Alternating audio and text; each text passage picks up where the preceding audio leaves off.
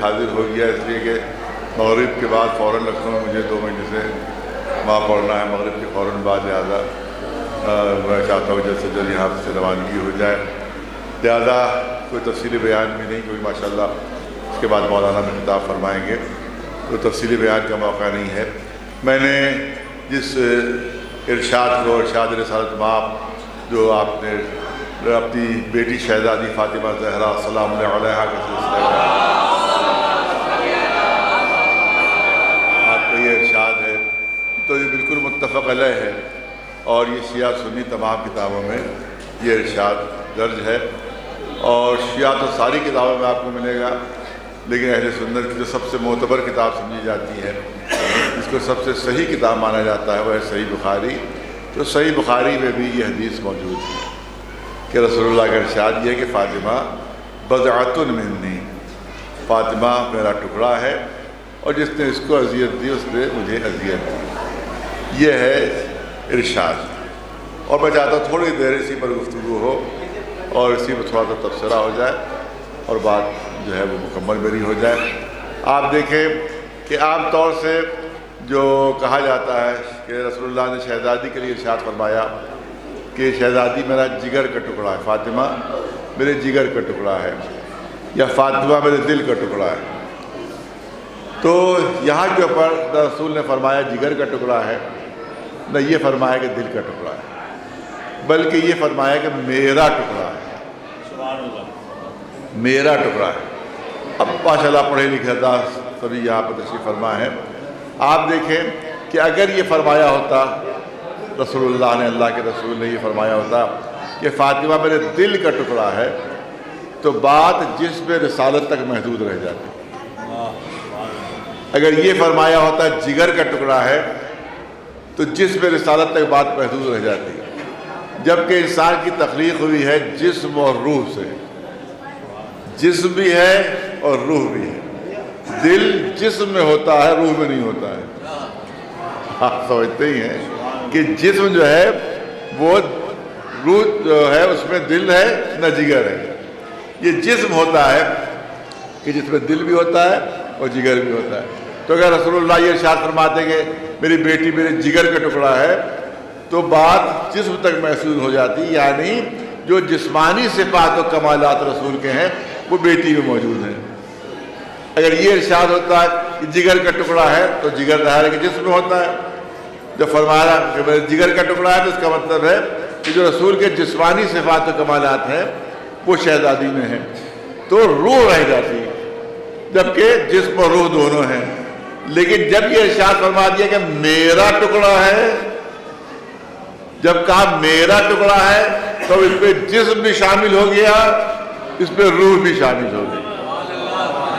تو اب اس کا مطلب یہ ہوا کہ جو میرے جسمانی کمالات ہیں وہ بھی میری بیٹی میں موجود ہیں، اور جو میرے روحانی کمالات ہیں وہ بھی میری بیٹی میں موجود ہیں۔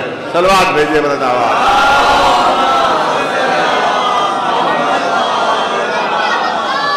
اب جسمانی کمالات کے سلسلے میں کہ جسم و روح، اس کا مطلب جسمانی کمالات بھی سب موجود ہیں شہزادی میں، اور جو روحانی کمالات ہیں وہ بھی سب شہزادی میں، رسول اللہ کی بیٹی میں، شہزادی فاطمہ زہرا سلام اللہ علیہا میں موجود ہیں۔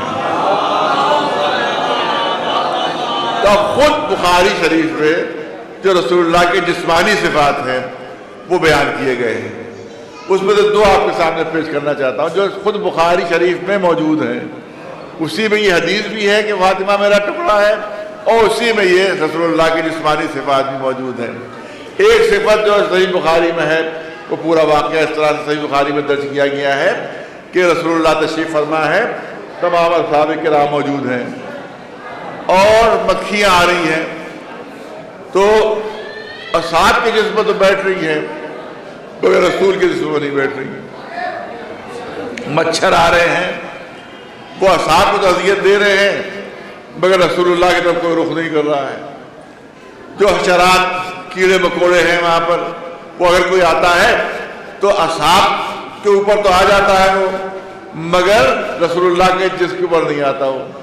تھوڑی دیر تک تو رسول اللہ کے اصحاب، رسول اللہ کے ساتھی، رسول اللہ کے صحابی تھوڑی دیر تک منظر دیکھتے رہے، پھر آخر میں جب صبر نہ ہوا تو انہوں نے آخر کہہ دیا، اے اللہ کے رسول، ہم بہت دیر سے دیکھ رہے ہیں، ہم بہت دیر سے منظر دیکھ رہے ہیں کہ ہم پر تو مکھیاں بھنبھنا رہی ہیں مگر آپ کے اوپر کوئی مکھی نہیں آ رہی ہے، ہم کو تو مچھر اذیت دے رہے ہیں مگر آپ کو کوئی مچھر اذیت نہیں دے رہا، نہ آپ کے جسم میں کوئی مچھر بیٹھ رہا ہے۔ اسی طرح سے نہیں آپ کو کوئی حشرہ، کوئی کیڑا مکوڑا اذیت پہنچا رہا ہے، ہمارے جسم پر تو آ رہے ہیں وہ۔ یہ کیا بات ہے؟ دیکھیے بہت بڑا فیصلہ یہاں پر ہو رہا ہے، اور صحیح بخاری کے ذریعے سے ہو رہا ہے، صحیح بخاری کے وسیلے سے ہو رہا ہے کہ یہ کیا بات ہے کہ مکھیاں ہم پر بیٹھ رہی ہیں، آپ پر نہیں بیٹھ رہی ہیں، مچھر ہم پر آ رہے ہیں، آپ پر نہیں آ رہے ہیں، کیڑے مکوڑے ہمیں اذیت دے رہے ہیں، آپ کو اذیت نہیں دے رہے ہیں۔ تو رسول اللہ کا جو جواب ہے وہ صحیح بخاری میں محفوظ ہے۔ آپ نے ارشاد فرمایا کہ اللہ نے ان حشرات کو میری معرفت دے دی ہے۔ ارے نہیں، توجہ نہیں کیا حضرات نے۔ صحیح بخاری میں اعلان کہ اللہ نے ان مکھیوں کو، ان مچھروں کو، ان کیڑے مکوڑوں کو میری معرفت دے دی ہے، یہ تم کو تو اذیت پہنچائیں گے، مجھے اذیت نہیں پہنچائیں گے، ان کو میری معرفت ہے۔ اس کا مطلب یہ ہے کہ ایک مکھی کو معلوم ہے کہ نبی اور ہوتا ہے، امتی اور ہوتا ہے۔ ایک مچھر کو معلوم ہے کہ ایک نبی اور ہوتا ہے، امتی اور ہوتا ہے۔ ارے کیڑے مکوڑوں کو معلوم ہے کہ نبی الگ ہوتا ہے، امتی اور ہوتا ہے۔ یہ ملا کہاں سے آ گئے جو کہتے کہ نبی ہمارے ہی جیسا ہوتا ہے؟ ایک سلوات بھیجے بلند آواز، ایک سلوات بلند آواز پر محمد۔ دوسری صفت جو جس میں رسالت مآب صلی اللہ علیہ وآلہ وسلم، صلوات بھیجے پر محمد وآلہ،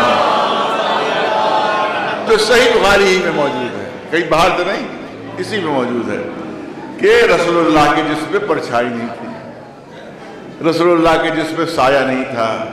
ہم ابھی سورج کے سامنے نکل جائیں، جیسے سورج کے سامنے آئی فوراً جسم کی پرچھائی پڑے گی زمین کے اوپر۔ کوئی بھی ہو، بڑے سے بڑا عالم ہو، مجتہد ہو، عالم دورہ ہو، کوئی ہو، جب وہ جائے گا تو اس کے جسم کی پرچھائی زمین پر ضرور پڑے گی اگر سامنے سورج ہے۔ لیکن رسول اللہ جب سورج کے سامنے جاتے تھے تو جسم میں سایہ پیدا نہیں ہوتا تھا، جسم میں پرچھائی پیدا نہیں ہوتی تھی۔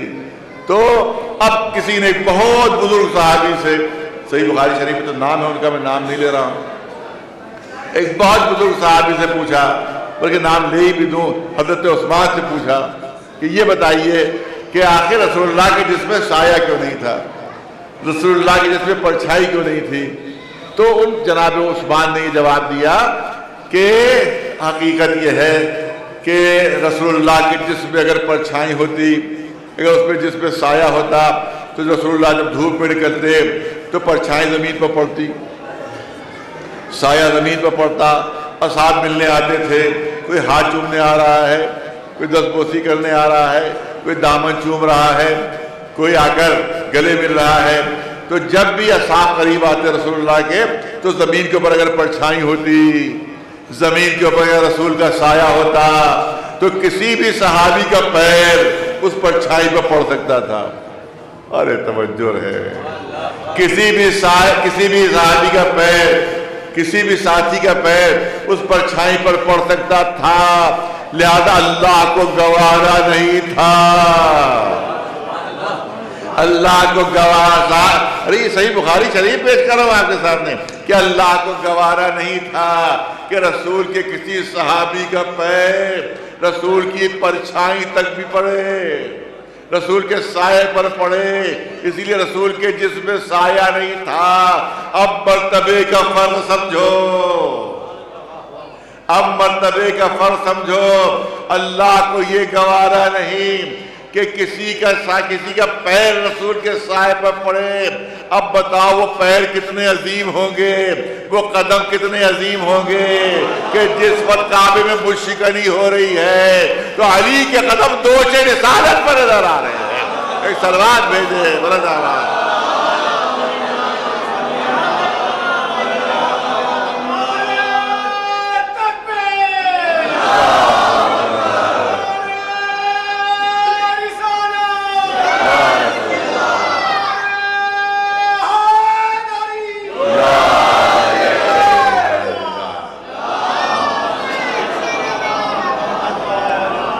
چوتھا ایک پہلو ہے جو ہمارے علماء نے بیان فرمایا ہے، جو میں آپ تک پہنچانا چاہتا ہوں.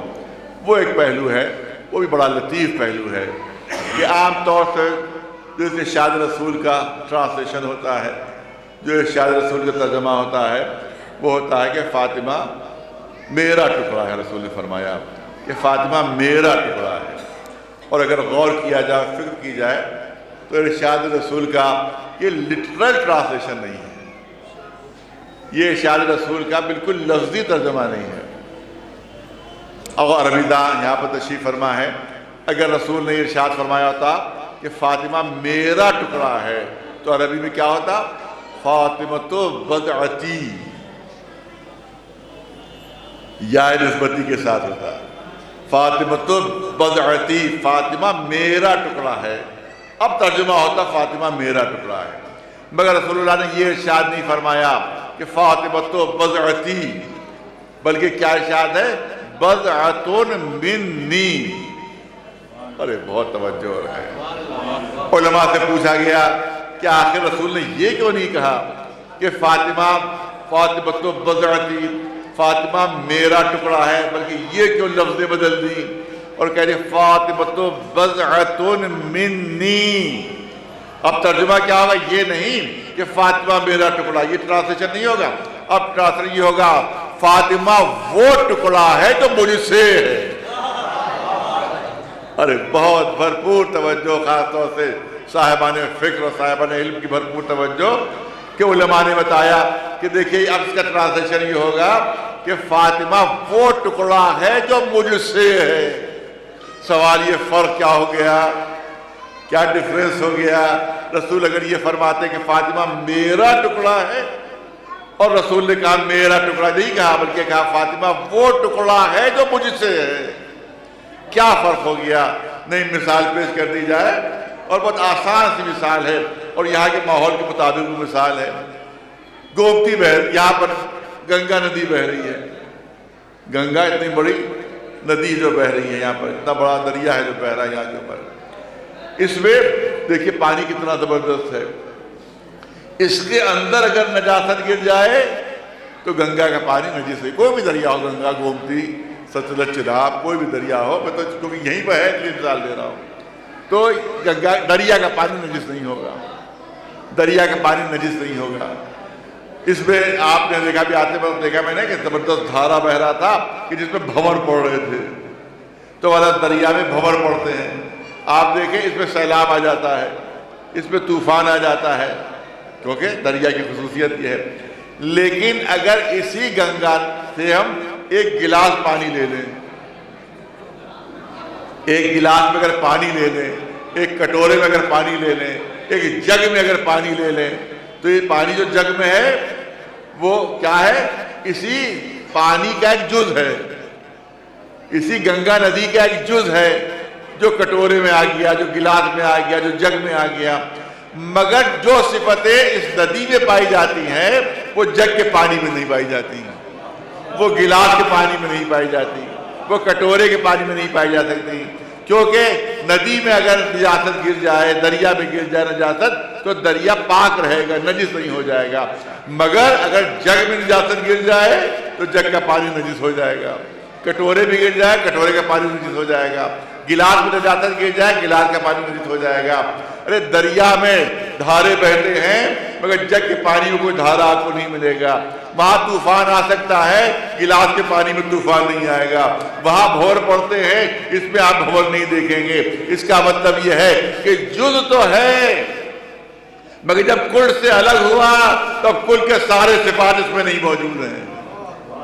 کل کے سارے صفات اس میں نہیں موجود ہیں، سارے کمالات نہیں موجود ہیں. تو اگر رسول نے یہ فرمایا ہوتا کہ فاطمہ میرا ٹکڑا ہے تو ظاہری طور پر یہ جز جب الگ ہوتا تو دنیا سمجھ نہ پاتی کہ رسول کے سارے صفات اس میں ہیں یا نہیں، کمالات اس میں ہیں یا نہیں. لہذا رسول نے لفظیں بدل دی. ارشاد فرمایا وہ ٹکڑا ہے جو مجھ سے ہے. یعنی ظاہر میں مجھ سے الگ ہے مگر میرا ہر کمال اس میں موجود ہے، میری ہر صفت اس میں موجود ہے۔ اگر میں نبی ہوں تو نبوت کا ٹکڑا ہے، اگر میں رسول ہوں تو رسالت کا ٹکڑا ہے، اگر رحمت للعالمین تو رحمت کا ٹکڑا ہے، اگر صاحب معراج ہوں تو معراج نبوت کا ٹکڑا۔ فاطمہ زہرا صلاۃ بھیجے بر محمد وآلہ۔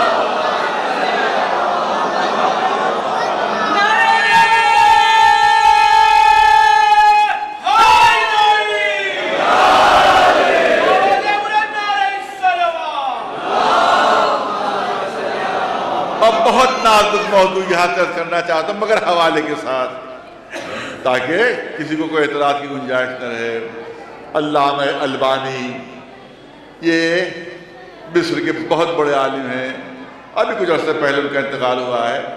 البانی یہ بخاری زمان کہلاتے ہیں، یعنی جس طرح سے محمد اسماعیل بخاری نے بخاری حدیث کی کتاب جمع کی تھی اور بہت معتبر، اسی طرح سے ان کا جو مجموعہ احادیث ہے وہ بھی سب سے معتبر مانا جاتا ہے آج کے زمانے کے لحاظ سے، سب سے، اس لیے بخاری زمان ان کو لقب علماء اہل سنت نے دیا ہے۔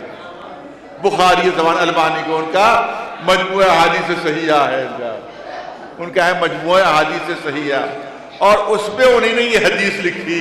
ارے توجہ رہے، انہیں نے یہ حدیث جو صحیح بخاری میں ہے وہ حدیث لکھی کہ رسول نے ارشاد فرمایا کہ فاطمہ میرا ٹکڑا ہے۔ وہی تو ترجمہ عام طور سے کیا جاتا ہے، وہی کر رہا ہوں میں کہ فاطمہ میرا ٹکڑا ہے، میرا ٹکڑا ہے۔ تو اس کا مطلب یہ ہے کہ فاطمہ، وہ لکھ رہے ہیں، اس کا مطلب یہ ہے کہ فاطمہ جزء رسالت ہے۔ آج کے زمانے کا سب سے بڑا محدث، سب سے بڑا حدیث کا لکھنے والا، سب سے بڑا حدیث کا ایکسپرٹ، جس کو علماء اہل سنت بخاری زمان کہتے ہیں، وہ مجموعہ احادیث صحیحہ میں وہ تحریر فرما رہے ہیں کہ رسول نے جو حدیث فرمائی ہے کہ فاطمہ میرا ٹکڑا ہے، تو اس کا مطلب یہ ہے کہ فاطمہ اب ہو گئی جزء رسالت۔ جب جزء رسالت ہو گئی، ارے توجہ رہنت کرنا چاہتا ہوں، اب جو البانی لکھ رہے ہیں جب جزء رسالت ہو گئی تو اب رسول جس سے افضل ہے، فاطمہ زہرا بھی اس سے افضل ہے۔ ایک صلوات بھیجے محمد۔ بخاری زمان محمد البانی، یہ محمود ہے، یہ محمد ایسے کچھ نام ہے ان کا، وہ لکھتے ہیں کہ جب رسول نے سند دے دی کہ فاطمہ میرا ٹکڑا ہے، میرا ٹکڑا ہے، تو نتیجہ یہ نکلا کہ جس سے رسول افضل ہے اس سے فاطمہ زہرا افضل ہے۔ ہم پر کفر کا فتویٰ لگایا جاتا ہے کہ ہم اہل بیت کو انبیاء سے بڑھا دیتے ہیں، ہمیں شرک کا فتویٰ لگایا جاتا ہے کہ ہم اہل بیت کو انبیاء سے بڑھا دیتے ہیں۔ جس کو تم بخاری زمان کہہ رہے ہو، جس کو محدث اعظم اس زمانے کا کہہ رہے ہو، وہ اپنی حدیث کی کتاب میں تحریر فرما رہے ہیں کہ اس حدیث سے یہ ثابت ہوتا ہے کہ رسول جس سے افضل ہیں اس سے فاطمہ افضل ہیں۔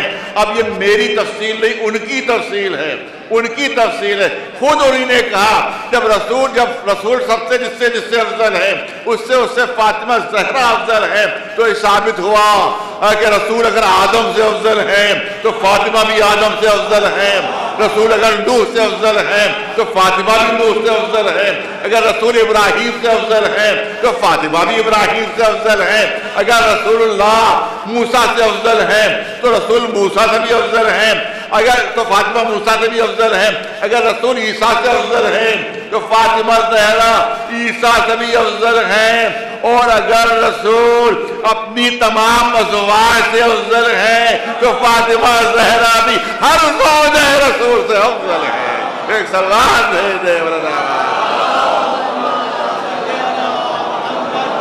یہ میں نہیں کہہ رہا ہوں، یہ علامہ البانی کے جملے ہیں نقل کر رہا ہوں کہ جو بخاری زمان ہے آج کے سب سے معتبر محدث۔ ایک صلوات بھیجے مولانا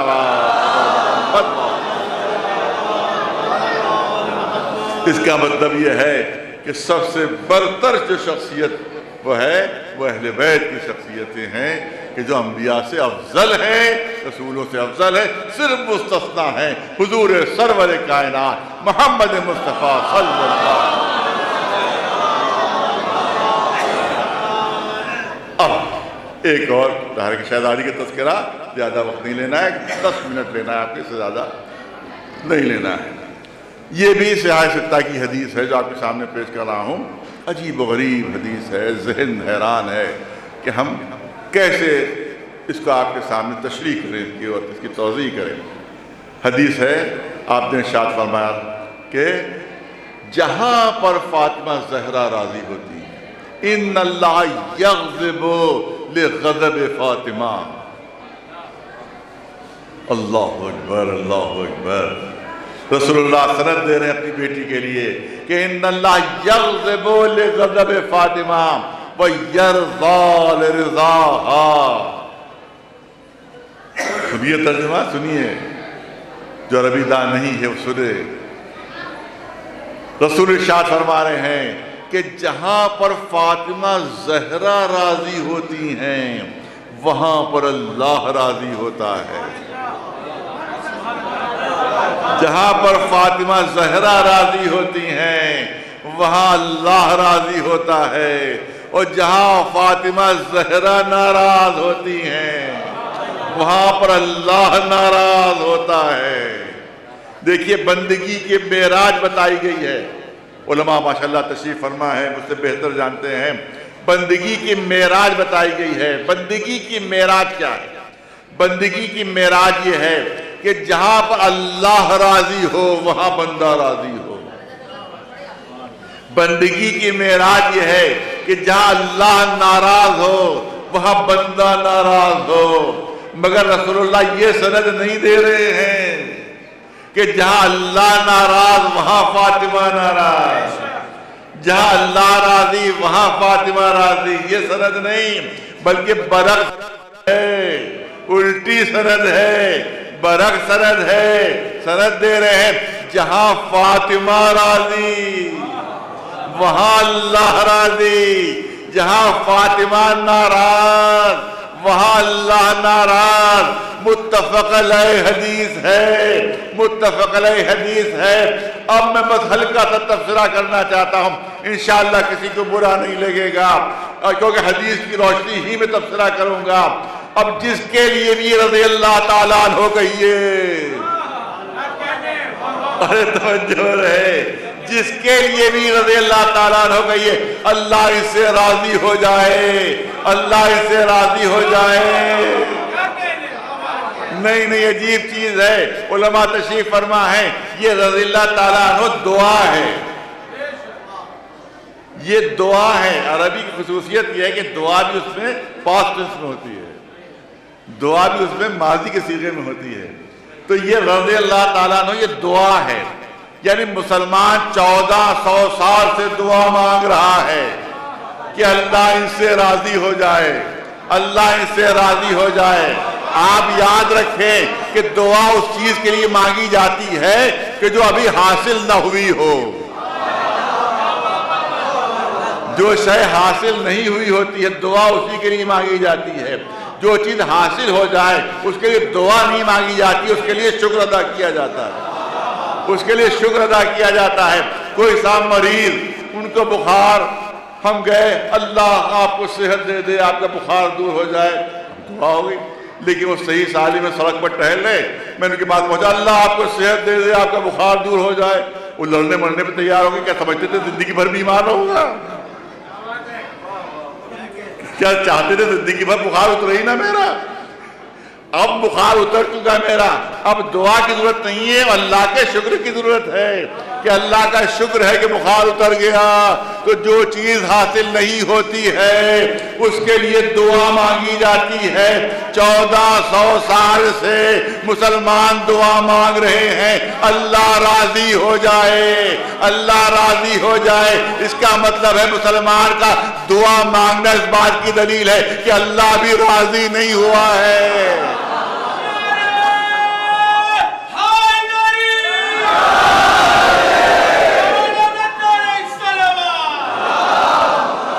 ارے دعا مانگنا خود دلیل ہے، میں اپنی طرف سے ایک لفظ نہیں کہہ رہا ہوں، ایک لفظ میری طرف سے نہیں ہے، ایک لفظ میری طرف سے نہیں ہے. دعا مانگنا خود دلیل ہے کہ ابھی بات پوری نہیں ہوئی ہے، ابھی شے حاصل نہیں ہوئی ہے. اس کا مطلب 1400 سال سے مسلمانوں کو یقین ہے کہ ابھی اللہ راضی نہیں ہوا ہے، اور راضی بھی کیسے ہو سکتا ہے کیونکہ رسول نے سند دے دی ہے جہاں فاطمہ راضی وہاں اللہ راضی. تو پہلے یہ دیکھ لینا فاطمہ راضی ہے یا نہیں ہے. ایک صلوات بھیج دے بلند آواز، ایک صلوات بلند آواز بر محمد آل محمد. تو صرف ایک پہلو سب متفق علیہ چیزیں جو شیعہ سنی دونوں کتابوں میں درج ہے سب میں آپ کے سامنے پیش کر رہا ہوں. آخری جز پیش کر رہا ہوں کہ مولانا تشریف فرما ہے. آپ دیکھیں کہ تمام سیرت کی کتابوں میں بات درج ہے جو آپ کے سامنے پیش کر رہا ہوں. عجیب فضیلت شہزادی کی جو آپ کے سامنے پیش کرنا چاہتا ہوں کہ حضور سرور کائنات محمد مصطفیٰ صلی اللہ علیہ وسلم جب تک مکہ معظمہ میں تشریف رہے، ہجرت نہیں ہوئی تھی، تب تک تمام سیرت کی کتابوں میں ہے کہ جب بھی آپ سفر پر جاتے تھے تو اس اپنے اس عزیز سے ملے، اس رشتہ دار سے ملے، اس دوست سے ملے اور سب سے آخر میں کعبہ معظمہ جاتے تھے. کعبہ منورہ، کعبہ معظمہ یا کعبہ شریف جو بھی کہہ لیجیے، وہاں جاتے تھے، کعبے کا بوسہ لیتے تھے، اس کے بعد سفر پر روانہ ہوتے تھے. کعبے کے بوسے کے بعد پھر کسی سے نہیں ملتے تھے، ڈائریکٹ سفر پر روانہ ہو جاتے. جتنے ملنا تھا پہلے ملتے تھے، سب سے پہلے ملاقات، آخر میں کعبے کا بوسہ، اس کے بعد سفر پر روانہ ہو جاتے تھے. جب سفر سے واپس آتے تھے تو اس سے پہلے کہ کسی سے ملے کعبہ شریف آتے تھے، کعبہ معظمہ آتے تھے اور وہاں کعبے کو بوسہ دیتے تھے، اس کے بعد کسی اور سے ملاقات کرتے تھے. یہ تھی مکہ معظمہ میں رسول اللہ کی سیرت انداز. اب ہو گئی ہجرت، اب رسول اللہ مدینہ منورہ میں تو میں مسلمان حضرات سے پوچھنا چاہتا ہوں، مجھے بتائیں کہ اب مدینے میں تو کعبہ ہے نہیں. ارے توجہ رہے، اب مدینے میں تو کعبہ ہے نہیں، کعبہ ہے مکے میں. اب رسول اللہ ہجرت فرما کے پہنچ گئے مدینہ منورہ، اور رسول اللہ کا انداز یہ تھا کہ جب بھی سفر پر جائیں گے آخر میں کعبے کا بوسہ، جب واپس آئیں گے تو سب سے پہلے کعبے کے پاس جائیں گے، پھر کسی اور سے ملاقات. اب مدینے میں تو کعبہ ہی نہیں. اب رسول اللہ کا کیا انداز تھا مجھے بتاؤ، اب رسول اللہ کی سیرت تھی مجھے بتاؤ کیا تھی سیرت. تو اب تمام کتابوں میں درج یہ ہے کہ اب مدینہ منورہ میں جب سفر پر نکلتے تھے تو سب سے آخر میں فاطمہ زہرا کی پیشانی کا بوسہ، اور جب واپس آتے تھے تو سب سے پہلے فاطمہ زہرا سے ملاقات. ایک صلوات ہے دیوران آواز.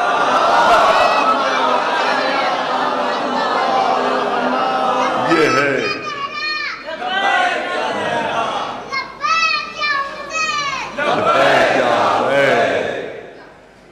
تو یہ عظمت، یہ شرف، یہ مرتبہ کہ جس کے لیے صحیح ترمذی شریف کی حدیث کہہ رہی ہے کلما دخلت فاطمہ قام الیہ رسول اللہ.